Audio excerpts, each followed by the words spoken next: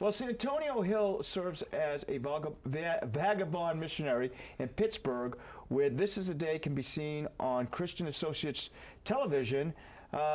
Santonio, thank you so much for being with us today. How you doing?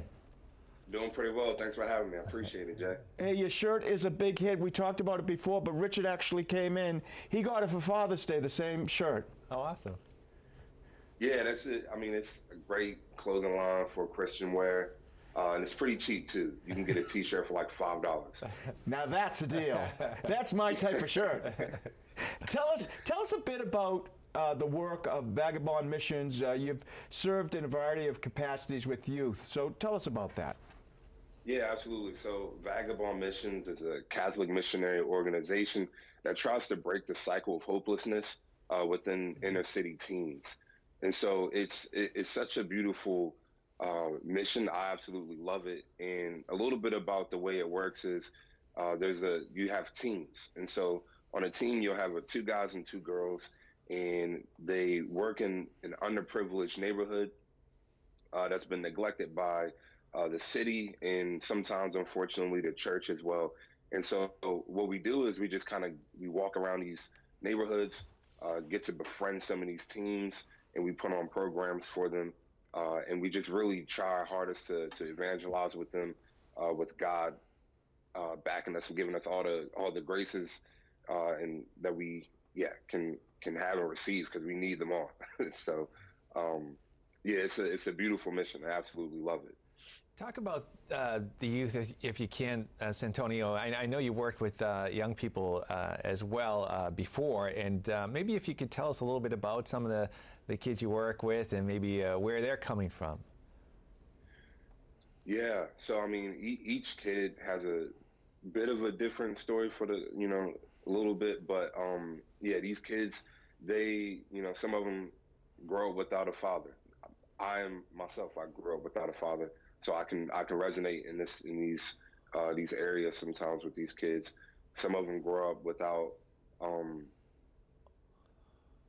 the essential basic needs sometimes, and that's really difficult to enter into. And yes, some of them are just underdeveloped in ways that's just really, really unfortunate, and that like sometimes we just take for granted. But yeah, the faith that some of these kids have, is just quite remarkable. I think sometimes, like as we grow older and become adults, we can sometimes have a lot of doubt. We can sometimes just doubt the work that God has, like his plan that He has for us, lined up, and it can just kind of plague our mind. But some of these kids, once you teach them and once you open up their eyes and once you give them an opportunity for an encounter with God, they have such an unpolished of faith and trust in God that He can, you can do literally anything for them because God can do anything for us, and they have just such a unpolished, bold faith, like a faith the size of a mustard seed, literally can move a mountain. And these kids just truly trust God once you give them that opportunity to have that encounter with God. And that's always a witness to me. It helps to invigorate me in my own faith, actually, just watching and witnessing them. That's great. I want to ask you about that because now I have three kids. One's 22, one's 20, and one's 15. And do we not give these kids enough credit that they want to hear about God? Because all you hear about kids today is they're distracted, they're doing this, they're doing that. But are they looking and searching for God in their life?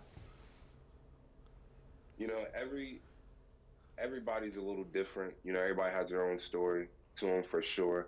I would say, overall, everybody's looking and searching for God, whether they know it or not. Mm-hmm. Whether they're getting themselves wrapped up in girls or in guys or in drugs, or they're getting themselves wrapped up in the streets, or like whatever that situation may look like, or they're just like looking at video games and playing video games all day, or whatever that is. They're searching and they want to achieve something. But whether they know it or not, that thing that they're looking for is God. You know, they try to fill this God-sized hole in their heart with other, and so it'll never be quite satisfied or fulfilled, and it'll never be sustained because the only thing that can fill that space in the heart is God. But yeah, I would say that they're always searching. I say these kids are definitely and teens are always searching for God.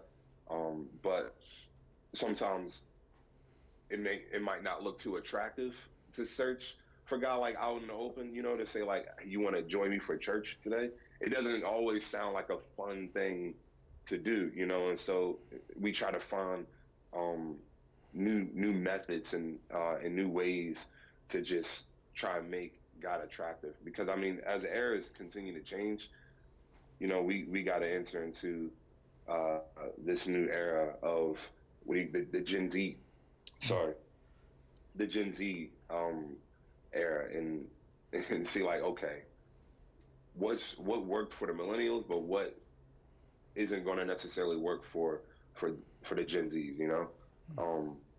So yeah, you always got to kind of pivot a little bit when it comes to this.